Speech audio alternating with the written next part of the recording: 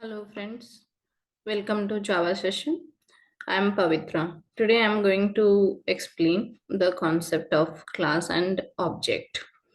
So in every we all know we have a different programming languages, right? We have the structural programmings are there, and procedural oriented programs is there, and object oriented programs is there.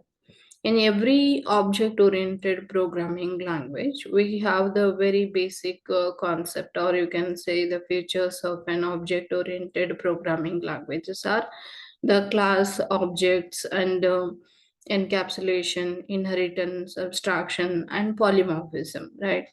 So in that, the very important two fundamental concepts are class and objects. If you want to write any program by using the object oriented programming language, first we should know how to start the class, means how to create a class and how to create an object. So here we have to understand the general meaning of the class and objects. So the general meaning of class we all know is it is you know we can say it is a set, or it is a class, means it's a group of an objects, or it is a generally it is basically it is a group, right? So when I say class, we can say it is a group, a particular group which has its own standards. We usually say we belongs to this group, we belongs to that group, okay, or classes. Suppose if I'm telling there is a student, so it is one kind of group, right? It has its own properties and it has its own behavior. The same way, if I say employee, it is also refers to one group. Student also refers to one group, right?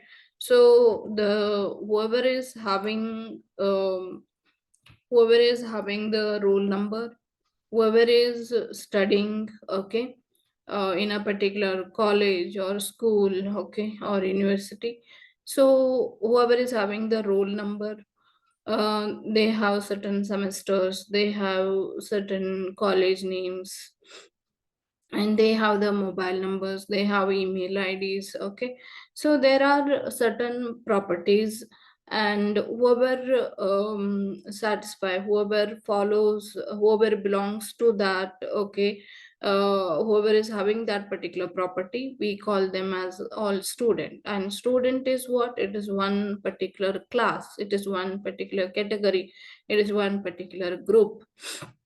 The same way, employee is another group, okay, who is having the employee IDs, or one who works in organization, and one who is having the salary, one who is having the designation and department. They will be working under certain projects, okay, or they will be assigned to they will be reporting to certain other employees sometimes.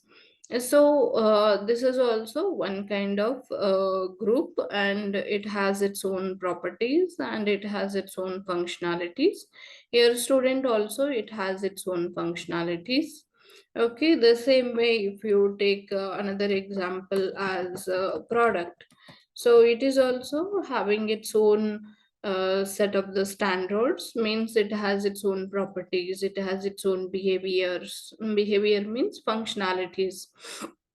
So finally, what do you mean by class? I hope you guys are I hope you all are understanding. A class is nothing but it refers to a group, and that group contains the collection of objects. Okay, so basic that we basically call it as a class. So whenever I want to develop the one of the real model in our programming, let us say I want to design a student model, I want to design an employee model, or you take any project. Okay, so I want to first analyze what all the different types of classes are there. So how do we analyze what all the different types of classes are there? That is based on the group. Means we have to see how many groups can be formed there with the same set of the properties and same set of the functionalities. Means, as I told you, the student is having its own properties, the employee has its own properties and their functions, and product is also having its own properties and functionalities. Okay, the similar way you can take it as SAP. Okay, it is also having its own properties and functionalities, and you can take as a customer, so it is also having its own properties and functionalities. So, and they have their own standards. So in your project you have to do the case study and understand what all the different types of classes are there, and we need to finalize how many classes we are going to create. So that is also based on the data what you want to store. For example, in my project, I want to store the details about the student. I want to store the information about the student. Then I should make the student as the class, so that all the student properties I can store it in the memory. Means my main agenda here is creating the user defined data type. See, one more intention of using the class. One way we are saying the class is collection of objects. See, the student is a class, it has a collection of objects. Means students, set of the students we have here, those students will becomes the objects. Now the employee is a class and it is having collection of objects. Each employee will becomes the object here. Product, each product will becomes the object. And shape, inside what are the different types of shapes are there, that will becomes object. But shape is a class, and customer is also a class, and each customer, okay, will becomes an object. Now one more way we can define the classes, we can define classes user defined data type.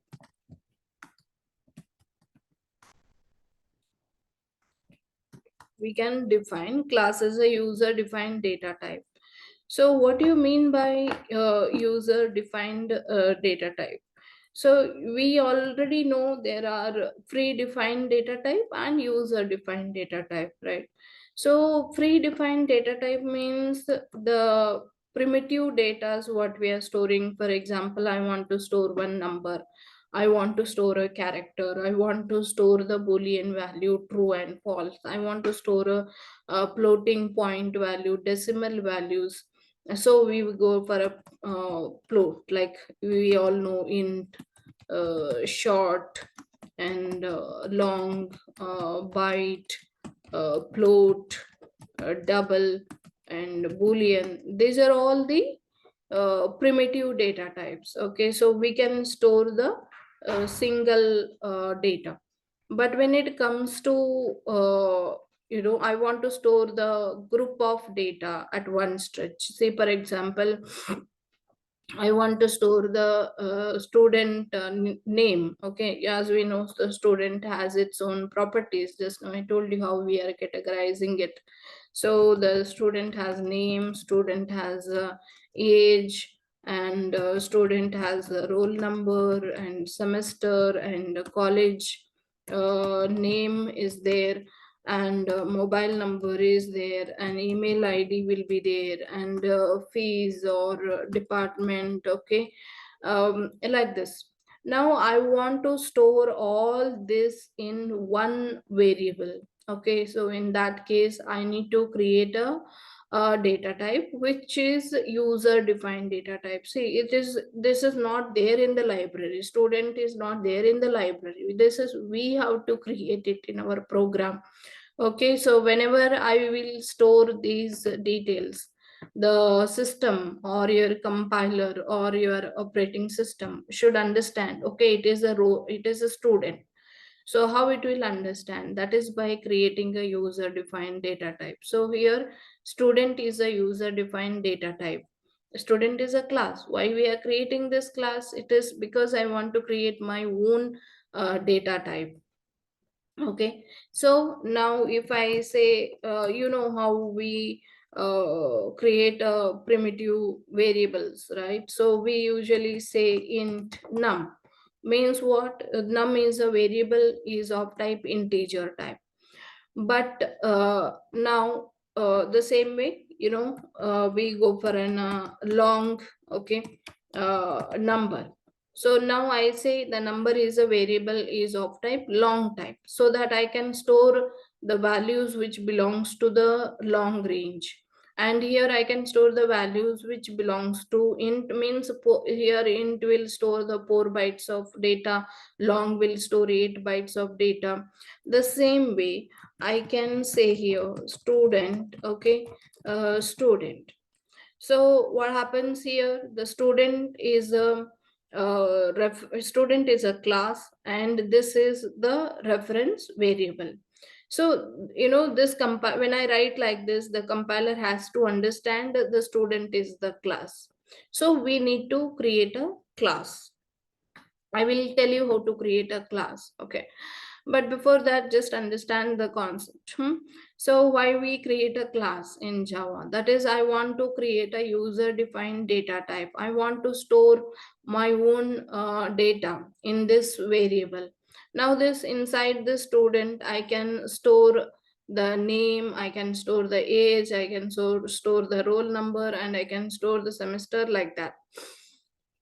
Now the one more way we define the class is, it is a blueprint. What do you mean by blueprint? So whenever I want to create an like whenever I want to create a user defined data type, I have to define the blueprint of that. Means the student is having the name, age, roll number, semester, name. I need to define it somewhere, right? What is exactly the blueprint meaning? The blueprint, where do we use it? While constructing house, right? While constructing house, see, we refer blueprint. What blueprint contains? It contains the model, it contains the structure.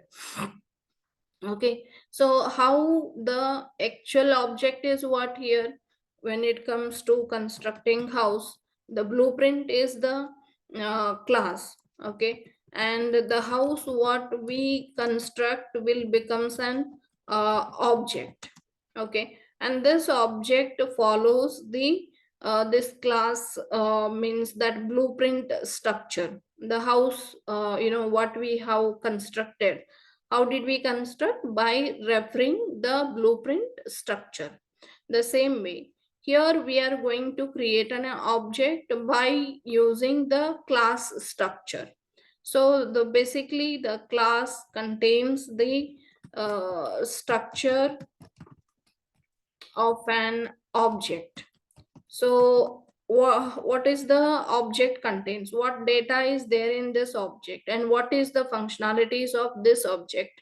That first I'm going to define it in the class. Okay, so that's the reason we call it as a class is a kind of blueprint, and object is the the whatever we are going to create. For example, the house what we have constructed, that will becomes the object. Okay, so also you can say the class is going to always defines the structure, and it contains the properties and functionalities. Okay, the class, you can say, it contains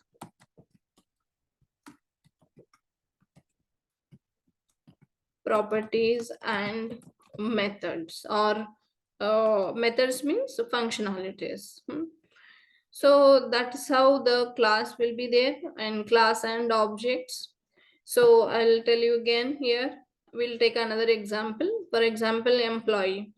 Employee is a user defined data type, and I will going to define the structure in this employee, that is the properties and functionalities, and we are going to create one particular employee object.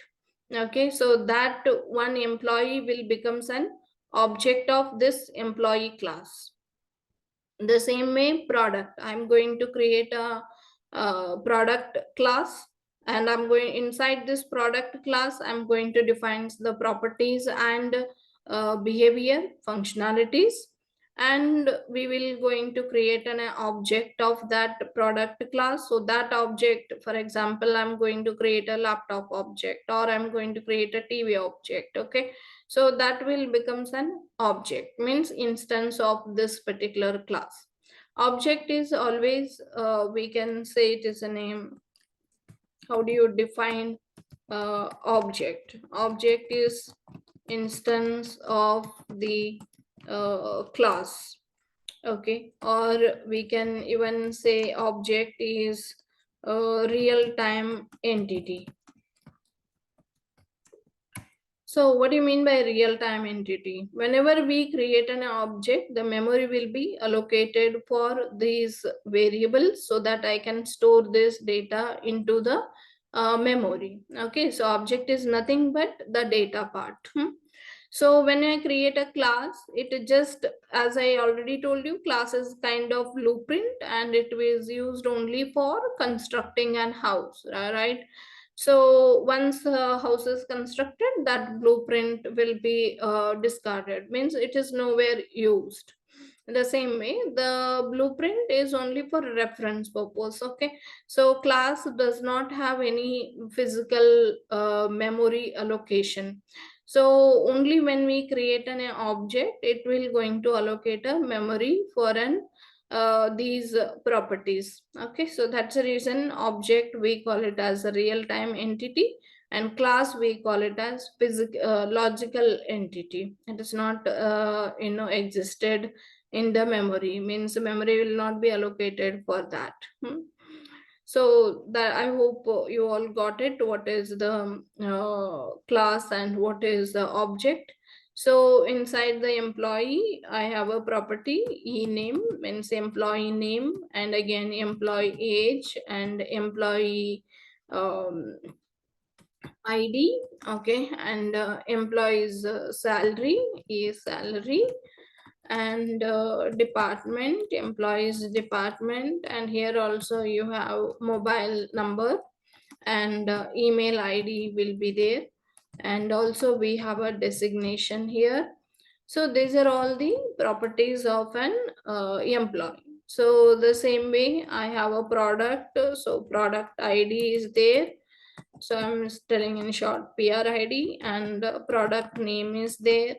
Okay, and product quality, quantity you can say, or even product quality also you can define, and price. Okay, so every product has its own price, so you can give that. So these are all the properties of an product.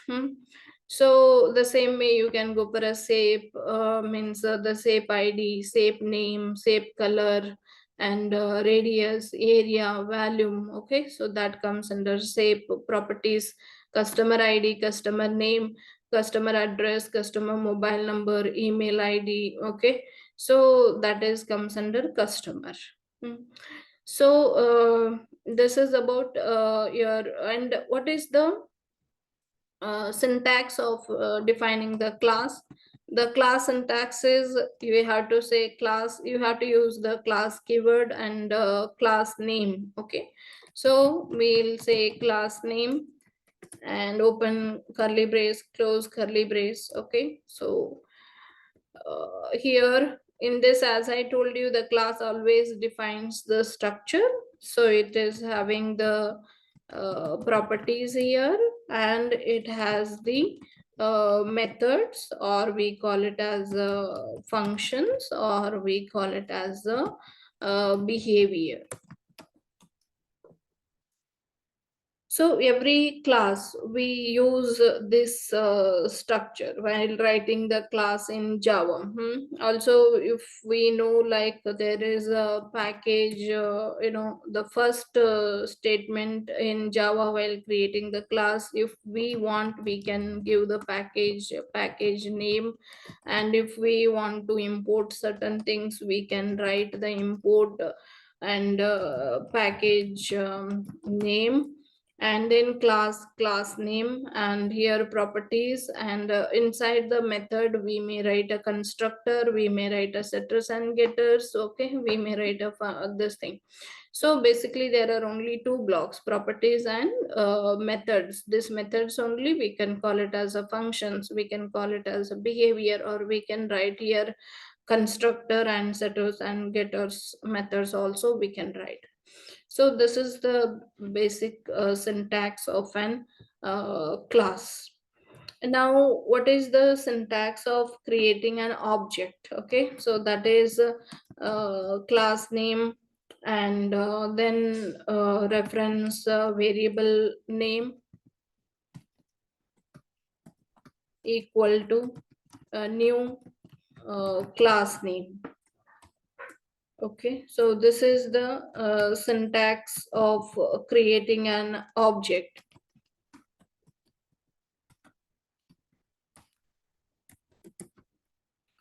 So class name means for which class we want to create an object, and for the reference variable means this is the variable which will going to store the object address, and this we can call it as a new class name. It is actually object, and new is the keyword in Java, and it is going to allocate a memory, and it will return that address to the reference variable. And here is the class name. We use the actually this is a constructor, the class name followed by argument list. This is a constructor, it is a default constructor which will help me to create an object. So the class name, reference variable name equal to new class name. So I believe that the class and object concept is clear. So in the next video, I'm going to cover programs on this, like how do you create a class, how do you create an object, how the memory will be allocated for an object, okay, how do you access the properties, how do you access the methods. We will see that in the next video. Thank you so much for watching. If you like it, please like and subscribe. Okay, thank you.